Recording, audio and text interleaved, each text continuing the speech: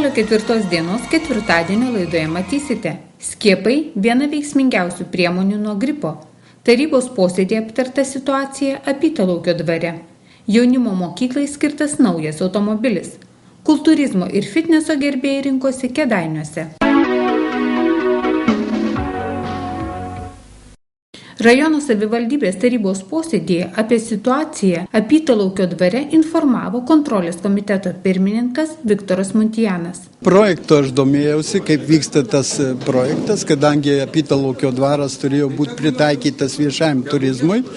Ir iš tikrųjų mes pasibodėjom tą, ką pamatėm, kadangi objektas buvo labai apleistas, reiškia neprižiūrimas, koncesininkas tenai nedirbo tame objekte, o reiškia tenai žmonės be priežiūros, benamiai visokiausi, ten gyveno, reiškia, ir darė žalą tam kultūros paveldui objektui ir žala padaryta labai didelė. Todėl kontrolės komitetas tikrino tą situaciją vietoj, konstatavo, kad reiškia objektui padaryta kaip kultūros paveldo objektui nepataisoma žala ir kad mes kreipėmės iš karto tuomet į administracijos direktorių, kad būtų užtikrinta visų pirma objekto apsauga.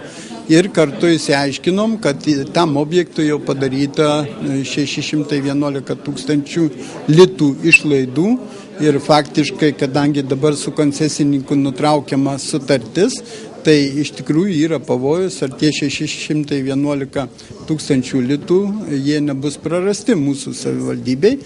Todėl priėmėm tokį sprendimą, kad turime pagal veikiančius Lietuvos įstatymus sulaukti, kada baigsis teisminis nagrinėjimas ir jeigu, tarkim, teismas nepriteis, vykdydamas teisingumą, nepriteistų 611 tūkstančių litų padarytų išlaidų šiandieną tame objekte iš koncesininko pusės savivaldybei, tuomet mes konstatuosim, kad padaryta savivaldybei žala atitinkamos sumos ir tada spręsim klausimą dėl to, ar nebuvo nusikalstamo aplaidumo, reiškia, vykdant šitą objektą. Nes, kaip minėjau, reiškia, ilgą laiką jis net nebuvo ir prižiūrimas. Jis buvo eksploatuotas, tas objektas normaliai, ten, kaip žinom, buvo psichoneurologinis internatas, objektas veikė, viskas buvo normalu, tarkim, o po to, kai perėjom prie to objekto įgyvendinimo, tai viskas pasikeitė į tokią pusę, kada jau mes turėjom konstatuoti, kad padaryta nepataisoma žala. Po mūsų kreipimus į administracijos direktorių buvo susirūpinta objekto apsauga. Šiandieną tai objektas susandarintas ir, reiškia, jisai yra saugomas. Savivaldybės administracijos direktorius Romualdas Gailiūnas patvirtino, kad savivaldybė iš projektą sužlugdžiusios bendrovės investicinių projektų vystymas siekia atgauti 4 800 000 litų. Ši suma buvo skirta savivaldybės paruoštam projektui įgyvendinti iš ES struktūrinių fondų. Vėstant orams vis daugiau žmonių kreipiasi į medikus dėl peršalimo ligų. Peršalimo ligų tikrai padaugėjo tiek tarp vaikų, tiek tarp suaugusiųjų. Vyrauja sloga, kosuliai, nestiprus gerklės uždegimai, nosiaryklės uždegimai ir pasitaiko sinusitų, tačiau tai nėra gripas. Tikrai žmonės tegul negalvoja, kad jau prasidėjo gripo sezonas, gripo atveju tikrai dar nėra, jo laukiame paprastai, nelaukiame, jis pats paprastai atkeliauja po naujųjų metų. Todėl šiuo metu susirgimų pakilimo nereikėtų tapatinti su gripu. Skiepai yra viena iš veiksmingiausių priemonių išvengti ne tik gripo, bet ir skaudžių jo padarinių. Gripo vakcina tikrai veikia. Tikrai veikia ir skiepijantis eilę metų iš eilės, netgi atsiradus naujam virusui, kai buvo pandemijos atveju, organizmas atpažįsta gripo virusą ir liga praeina žymiai lengviau. Todėl labai kviečiu ir suaugusiosius pacientus, ir tėvelius pasirūpinti vaikučiais. Skiepytis tikrai reikia, vakcina padeda, jinai yra veiksminga ir tikrai yra šeimai pigiau pasiskiepyti gripo vakcina, negu vėliau pirkti brangius vaistus gripo simptomams slopinti ar sunkioms komplikacijoms gydyti. Mūsų įstaiga Kėdainių pirminės sveikatos priežiūros centras jau turi vakciną nuo planuojamo sezoninio gripo ir asmenys, pageidaujantys skiepytis, gali kreiptis į savo šeimos gydytoją ir pasiskiepyti, kad būtų saugus artėjančio gripo sezono metu. Man labai džiugu pranešti tokią naujieną, kad šiais metais gripo vakcina yra pigesnė lyginant su praėjusiais ar prieš tai buvusiais metais. Vakcinos kaina yra 22 litai, su paskiepijimo paslauga vaikams iki 18 metų 21 litas. Jau eilę metų mūsų įstaiga teikia tokią paslaugą, kad skiepijimai vykdomi tiesiog neatitrūkstant nuo darbų. Mūsų medikų komanda vyksta į kolektyvus ir darbuotojai yra skiepijami darbo vietose. Tai yra ilgametė patirtis ir kai kurių kolektyvų atsakingi darbuotojai jau skambina į mūsų įstaigą, teiraujasi, derina planus ir laukia atvykstančios medikų komandos. Labai norėtųsi, kad aktyviau šitame procese dalyvautų mokyklų darbuotojai, gerbiami pedagogai, labai kviečiame skiepytis, nes bendraudami su dideliu skaičiumi vaikų jūs esate tikrai užkrato šaltinis ir nuo jūsų gali užsikrėsti vaikai. Todėl pedagogams, ugdymo įstaigų darbuotojams, parduotuvėse dirbantiems žmonėms, tose vietose, kur daug dideli žmonių srautai, tų įstaigų darbuotojai ypatingai turėtų atkreipti dėmesį į savo sveikatą ir pasirūpinti ne tik savo sveikatą pasiskiepydami nuo gripo, bet pasirūpinti ir aplinkinių sveikatą. Kėdainių pirminėme sveikatos priežiūros centre jau yra gauta ir kompensuojama vakcina. Todėl sergantys lėtinėmis ligomis gyventojai turėtų kreiptis į savo šeimos gydytoją. Bus skiepijami pacientai, kurie serga lėtinėmis ligomis ir jiems gripas ir jo komplikacijos yra ypač pavojingos. Bus skiepijami lėtinėmis ligomis sergantieji tiek vaikai, tiek suaugusieji, taip pat pacientai turintieji negalią. Kėdainių jaunimo mokyklos autoūkis pasipildė naujų Telaičių automobiliu. Jau besibaigiant Europos struktūrinių fondų programai MTP+, jaunimo mokyklo aplinkos pritaikymas, mes gavome naują, labai svarbią, labai brangią priemonę, tai automobilį Volkswagen Golf, mokomasis automobilis, skirtas mokinių vairavimo mokymui. Jau išbandėt kaip? Taip, parvažiavau iš Vilniaus automobiliu, tai iš tiesų modernus, patogus. Aš tikiuosi, kad mokytojui Rimantui Tepsovui bus smagu vairuoti ir kada automobilis buvo atiduotas autocentre, tai iš tiesų matėm ir jo garantijas, ir jo techninės savybės. Tai iš tiesų pritaikytas mokomosioms reikmėms, yra papildomi mokomieji pedalai.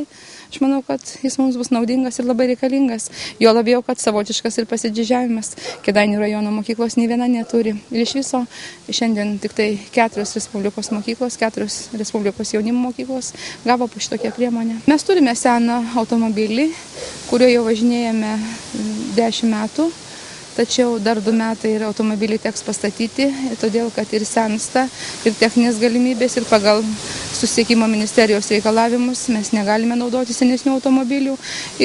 Techniškai jis yra labai tvarkingas ir išoriškai yra išvaizdus, tačiau vis tik tai metai bėga, automobilį reikia keisti. Šitas šiuo metu yra mums kaip tik tai iš tiesų labai reikalingas. Pedagogas Rimantas Tepsovas sakė, kad visuomet yra patogiau moksleivius mokyti vairuoti naują automobilį, atitinkantį šių dienų reikalavimus. Automobilis tai būtent toksai, kaip, sakykime, regitra priiminėja valstybinius egzaminus ir, aišku, persėdus mokiniai, pavyzdžiui, mokinantis su senesniu, su kitos markės automobiliu, persėdus egzamino metu, kada turi tik tai porą minučių teisę apsiprasti su automobiliu, tai būna tam tikras šokas. O dabar, aišku, bus būtent tip-top toksai pat, kaip regitroj Kaune, nes mes Kauno zonai priklausom, Kauno regionui, tai ir ruošiam egzaminam Kaune. Mes per metus tik paruošiam 42-43 mokinius, bet tai mūsų, sakykime, toksai krūvis yra, tokios darbo apimtis yra, mes nesam komercinė įmonė, būtent skirta Kėdainių krašto besimokančiam jaunimui, moksleiviam ir studentam, kolegijos studentam, Kėdainių kolegijos studentam, Jonušo Radvilos. Ir mano nuomonė, geriau mažiau tų vaikų parengti, bet labai gerai parengti. Kultūrizmo ir kūno rengybos atstovai susirinko į Kėdainius pagerbti Lietuvos kultūrizmo federacijos įkūrėjo ir pirmojo prezidento Romano Kalinausko atminimo. Šis turnyras nebus labai gausus, todėl kad mes akcentavom į suaugusius daugiau. Tai bus moterų kūno fitneso ir bikini kategorijos, ir vyrų klasikinis kultūrizmas, ir vyrų kultūrizmo absoliuti kategorija. Moterų bikinio kategorijos, kūno fitneso kategorijos bus, čia dar įvyks atranka į pasaulio čempionatą, kuris vyks kitą savaitgalį. Ar kėdainiečių bus? Kėdainiečių, kaip nebūtų gaila, bet šiuo metu neturime, nes čia kaip ir ne jaunimo varžybos, kėdainiečiuose daugiau yra sportininkų gal jaunimo. Taip, teisėjų susirinko visą tarptautinės kategorijos teisėjai, kurie turi tikrai, teisėjų komisija tikrai yra pati turbūt geriausia dabar šiuo metu Lietuvoje, kas yra. Sportininkai atvykę iš Vilniaus, Marijampolės, Jurbarko varžėsi 4 kategorijose, o vyrai galėjo pamatyti tobuliausių proporcijų moteris. Manau, žiūrovam bus labai smagiausia žiūrėti, turbūt bus bikinio kategorija, kur čia yra, galima kaip pasakyti, kaip pležinis variantas, kur negali jos būti per daug raumeningos, negali gyslos matytis, negali ir su to pačiu grimu tenai teptis, tai arba savaiminis įdegimas, arba soliarimai. Tai čia bikinio kategorija Lietuvoje gan dar kol kas jauna, čia turbūt 2 ar 3 metai tik tenai vyksta. Tai čia, turbūt ta kategoriją labiau pamėgs vyrai. Vyrų klasikinis kultūrizmas nuo kultūrizmo skiriasi to, kad klasikinio kultūrizmo yra ūgio ir svorio parametras, kaip sakoma. Jeigu tu sveri 70 kg, tai tavo ūgis negali viršyti 1,72 m. Arba jeigu tavo ūgis, svoris ten, ūgis 1,80 m, tai svoris gali tik tai būti 84 kg. Jeigu jau virš, tai tu turi dalyvauti kultūrizmo kategorijoje.